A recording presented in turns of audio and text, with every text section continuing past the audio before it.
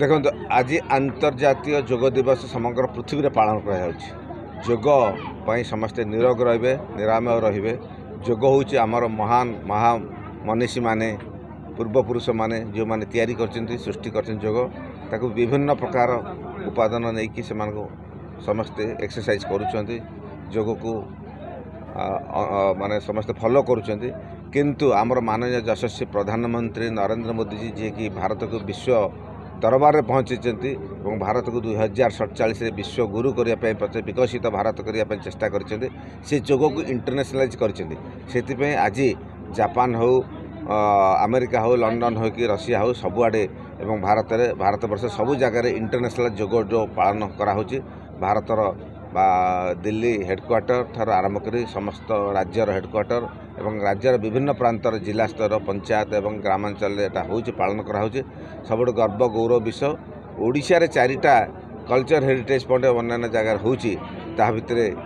माने कोणार्क अच्छी पुरी अच्छी एवं हीराकुद डैम अच्छी कि सबुठ गर्व कथा आम जाजपुर रत्नगिरी 4 भितर सिलेक्ट ओडिशा सरकार कर माननीय मुख्यमंत्री को धन्यवाद दूसरी आज आमर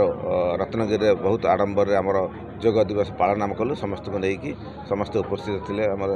स्थानीय नेतृत्व चेयरमैन बीडीओ एवं ऑफिशियल समस्ते लेकिन बहुत आनंद आम पालन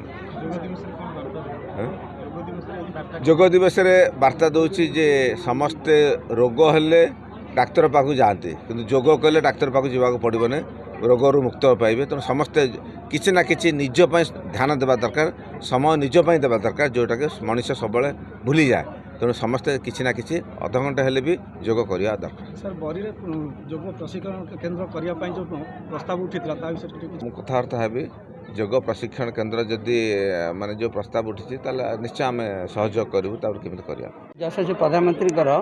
अंतर्जातीय योग दिवस जो दिनटा आज फिक्स करते आमर माननीय मुख्यमंत्री मोहन चरण माझी ओडिशा 4टा जगह को फिक्स करते जो 4टा जगह भितर सबुठ आम जाजपुर गौरव कथा हूँ आम जाजपुर रत्नगिरी अंतर्भुक्त से आम आज रत्नगिरी आमर सांसद उपस्थित थे आमर प्रिय नेतृत्व उपस्थित थे प्लस वीडियो एवीडियो मैंने उपस्थित थे समस्त उपस्थित आज मत आम रत्नगिरी योग दिवसटा भल भाव पालन कलु। आज आंतर्जातिक योग दिवस जे आम बरी ब्लॉक रत्नगिरी ठारे जे आंतर्जातिक योग दिवस पालन कराला एवं बरीर समस्त नेतृमंडली जे एठी रहीकि योग शिक्षार जोग देले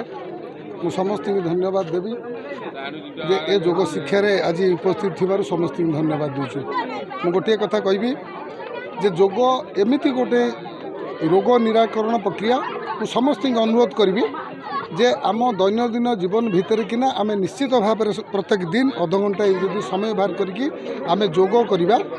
तो आमको गोटे बड़ विपद बड़ रोगर मुक्ति पाइबापी ये हूँ गोटे परम मध्यम जे आम जदि कहवा अतीत को पलैबा जे अतीत जो डाक्तर नथिले से मुनि ऋषि मानकर जो